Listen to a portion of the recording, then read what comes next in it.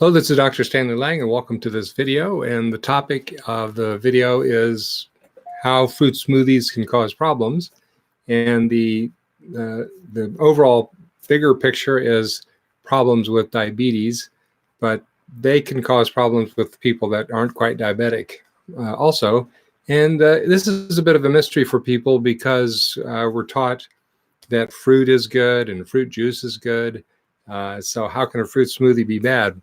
So the story is a patient that I was seeing back who had a near stroke event, was diabetic, and hadn't been taking care of himself. So he decided, once we discussed the role that diabetes could be playing in his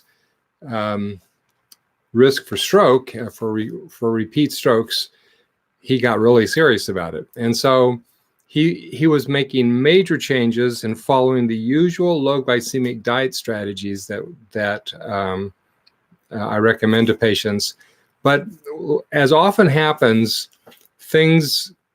all of the dots don't connect. People walk out the door with most of the story, but they get a little bit of it wrong, or after a while, things just kind of drift in a different direction.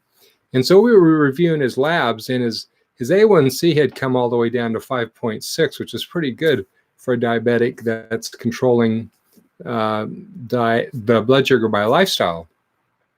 However, his cholesterol profile showed a really poor ratio between what are called the triglycerides and the HDL, otherwise known as the good cholesterol. And the significance of that is that this ratio is a very strong indicator of the degree of how bad his insulin resistance is. So even though his A1C had improved a lot, and that would be considered a normal A1C for a lot of people, as a reflector of what the average blood sugar has been doing, he still had pretty substantial risk because of the very low HDL, the high triglyceride, and the poor ratio. So we talked about that, what could possibly be doing this, because he thought he was doing everything quite well. And turned out that his breakfast was basically a smoothie with 3 different fruits in it, and a little bit of protein from a milk source or a dairy source of some sort. And this is a common mistake that people make, that because obviously fruit tastes good to them, so tossing 3 fruits into a blender, putting some milk in it or some other liquid, and drinking that down, that seems like it should be a healthy thing. Well, it's not, because it's such a concentrated source of fructose, which is the main sugar in fruit. Now, fruit varies in what other sugars there are in the fruits. And so some fruit has just mainly fructose, which is very, very low glycemic. And some fruit has a lot of other fruits that or a lot of other sugars that are very high glycemic. But the problem with fructose is that it is an independent signal to the liver to push the person deeper into insulin resistance. So fructose isn't converted to blood sugar rapidly. That's not why it's a problem. The problem is that it is a big signal to the liver that says, go deeper into insulin resistance. And so the whole body responds to that signal, and all the negative things that are associated with worsening insulin resistance happen. So we talked about how he could modify this by tossing in some vegetables instead of all the fruit, and still allowing a little bit of the fruit in the smoothie so that it would be more tasty to him, because he was doing everything else perfectly, really, except for this one thing. But this one thing is enough that if you do it, you will stay stuck in insulin resistance. So there's a big difference between somebody that has totally normal physiology, their normal weight, they've got normal activity levels. A person like that literally could consume 12 fruits a day, and their liver would be able to tolerate that. That research was done decades ago. Now, I wouldn't advise it. I don't think it's a good thing to do to eat that much fruit. I'm just telling you that that's how much resilience there is in our system. But more than 60% of adults over 40 are in insulin resistance, probably more than 70%. And those people cannot tolerate any kind of concentrated fructose without it's pushing them deeper into insulin resistance, not because the blood sugar is going up, but because of this independent signal that is now being sent to the broken liver that's now in insulin resistance. And so you have, if you're going to consume fruit, which you can on a diabetic diet, if you do it right, you need to have it diluted. It always has to be a very dilute signal and never as a juice. So this idea of drinking fruit juices is purely a gimmick by the food industry. It's a way to make fruit portable. You can bottle it, you can freeze it. It's hard to freeze oranges, but it's easy to freeze orange juice or orange juice concentrate. It's easy to put juices into bottles and glasses and containers, but it's hard to keep fruit fresh.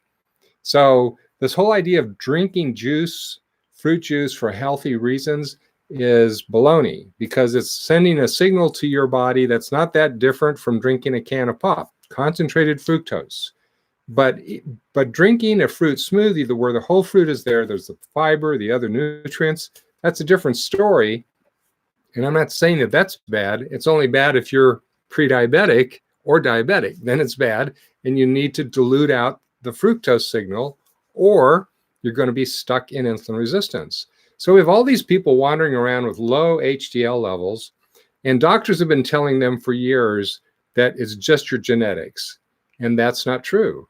If you completely reverse the insulin resistance, with a big emphasis on the word if you completely reverse your insulin resistance, then your HDL will start to rise, and it will rise substantially, particularly if there is sufficient omega-3 fats in your diet. But it won't rise for months. If you completely fix your insulin resistance issues, it'll be 6 to 9 months before the HDL will start to rise. So if you're tracking these things, don't expect it to bounce up overnight, because it won't do that. But it won't bounce up at all if you don't reverse the insulin resistance. You can't just dial it back a little bit. Once you're stuck in insulin resistance, your HDL is going to stay suppressed. And that puts you at a huge increased risk for heart disease and stroke and vascular dementia. So it's a good thing to moderate these things so that your body can fix itself. So in summary, fruit smoothies are probably not a good idea for most of the adults, because most of our adults in the United States are in insulin resistance. Their body simply can't take that kind of a signal without being pushed more deeply into worsening insulin resistance. Now, for normal, healthy folks, a fruit smoothie is fine. Your body can tolerate it. And I'm not suggesting that you shouldn't enjoy it once in a while, or even daily for that matter, but it's the people that already are in insulin resistance, it's a bad idea. It's never going to help you, and it's going to harm you in some way. In spite of all the good nutrients that might be present, it's the stronger signal is this concentrated fructose signal coming at the liver. And there's a lot of other stuff that could be said about that as far as the biome and things like that, which I won't get into.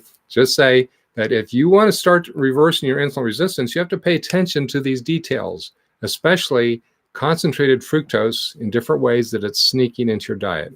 I wish you well, God bless, and have a great day.